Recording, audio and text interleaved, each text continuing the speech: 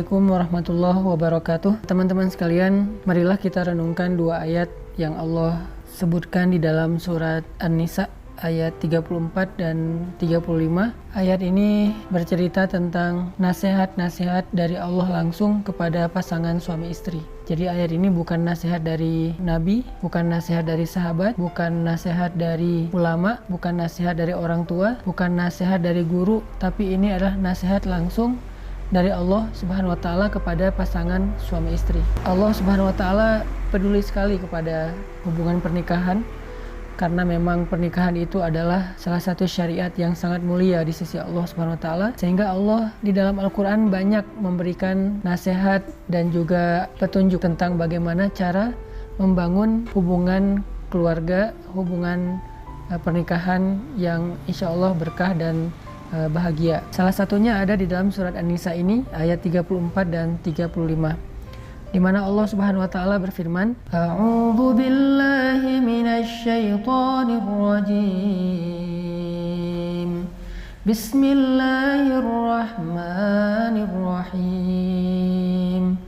Ar-rijalu qawwamuna 'alan nisa'i bima faddalallahu ba'dahum 'ala ba'd wa bima anfaqu min amwalihim fas-salihatu qanitatun hafizatun lil-ghaibi bima hafizallah wallati takhafuna nushuzahunna fa'idhuhunna wahjuruhunna fil madaji'i wadribuhun فإن أطعنكم فلا تبغوا عليهن سبيلا إن الله كان عليا كبيرا وإن خفتم شقاق بينهما فابعثوا حكما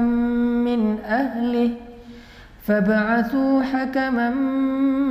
أهله وحكما من أهلها إن يريدا إصلاحا يوفق الله بينهما إن الله كان عليما خبيرا. Laki-laki atau suami adalah pelindung bagi perempuan atau istri, karena Allah telah memberikan kelebihan sebagian mereka, yaitu laki-laki, atas sebagian yang lain, yaitu perempuan. Dan karena laki-laki berkewajiban memberikan nafkah dari hartanya, maka perempuan-perempuan yang solihah itu adalah perempuan-perempuan yang taat kepada Allah, perempuan-perempuan yang mampu menjaga dirinya ketika suaminya tidak bersamanya, karena Allah telah menjaga mereka dengan syariatnya. Sedangkan perempuan-perempuan yang kamu khawatirkan akan berbuat kesalahan atau nusyuz, hendaklah kalian memberi mereka nasihat yang baik. Jika tidak berhasil, maka pisahkanlah tempat tidur mereka. Jika tidak berhasil, maka pukullah mereka dengan pukulan yang tidak menyakiti atau melukai. Tetapi jika mereka mentaati kalian, janganlah kalian sekali-kali mencari-cari jalan untuk menyakiti mereka. Sungguh Allah Maha Tinggi lagi Maha Besar. Dan jika kalian khawatir terjadi perselisihan di antara keduanya, maka utuslah seorang yang bisa mendamaikan di antara keduanya dari keluarga laki-laki dan juga dari keluarga perempuan. Jika keduanya bermaksud mengadakan perbaikan, niscaya Allah akan memberikan taufik kepada suami istri itu. Sungguh Allah Maha Teliti dan Maha Mengetahui. Shadaqallahul Azim. Teman-teman sekalian, inilah salah satu di antara sekian banyak ayat-ayat Al-Quran yang isinya berupa petunjuk dan juga nasihat bagi pasangan suami istri dan bagi keluarga yang beriman. Kenapa nasihat-nasihat tentang keluarga dan pernikahan ini banyak di dalam Al-Quran?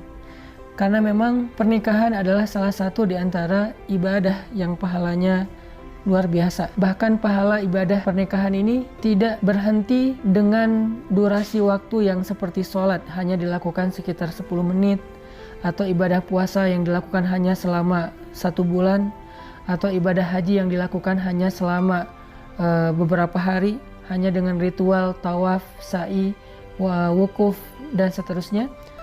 Tetapi pernikahan ini adalah ibadah seumur hidup, atau ibadah sepanjang ikatan pernikahan itu masih ada, dan dalam sehari ibadahnya berlaku selama 24 jam. Jadi suami istri ketika mereka mengikat janji dengan syariat Allah yang halal, maka sejak saat itu mereka sudah mulai beribadah. Dan Allah Subhanahu wa Ta'ala suka jika hambanya itu meneruskan ibadah mereka secara istiqomah. Sehingga bisa dikatakan kenapa Allah membenci perceraian, karena sesungguhnya perceraian itu menghentikan seseorang dari ibadah dan justru membawanya kepada banyak fitnah dan syubhat. Orang yang sudah bercerai atau yang ditinggalkan oleh pasangannya, maka akan sangat mudah bagi dia jatuh kepada fitnah dan ataupun syubhat.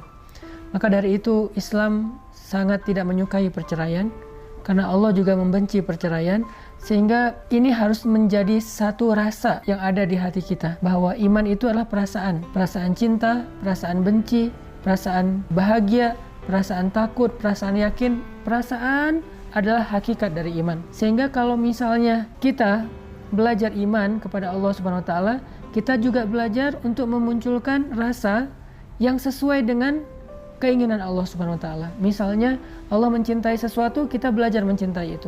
Allah membenci sesuatu, kita juga belajar membenci itu. Maka ketika Allah Subhanahu wa Ta'ala benci kepada perceraian, maka orang yang beriman harusnya juga benci dengan hal yang sama. Suami benci untuk menceraikan istrinya. Istri benci untuk meminta diceraikan oleh suaminya. Begitu juga mertua, orang tua, atau sahabat, siapapun di antara orang beriman, gak boleh kita menganggap perceraian itu sebagai sesuatu yang biasa saja.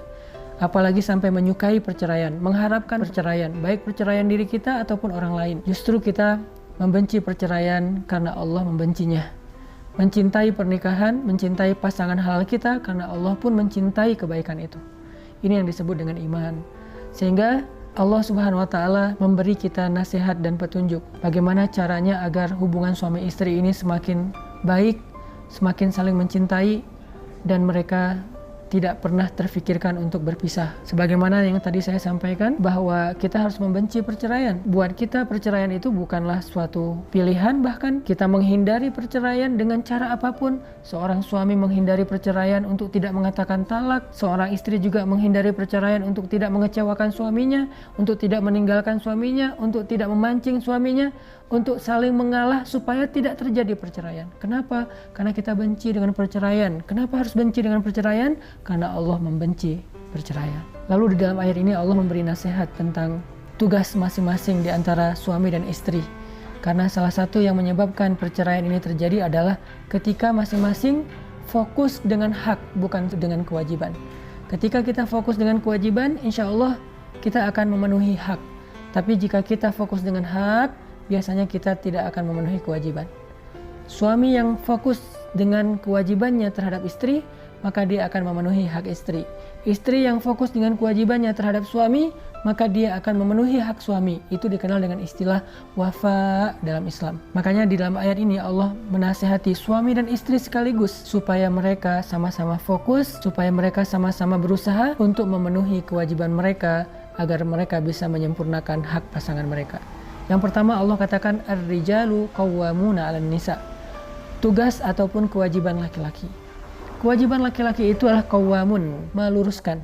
Maka ketika Allah katakan laki-laki adalah yang meluruskan perempuan, maka di sini Allah Subhanahu wa Ta'ala memberi nasihat kepada suami agar mereka menjaga kewajiban mereka. Tugas utama mereka adalah meluruskan istrinya.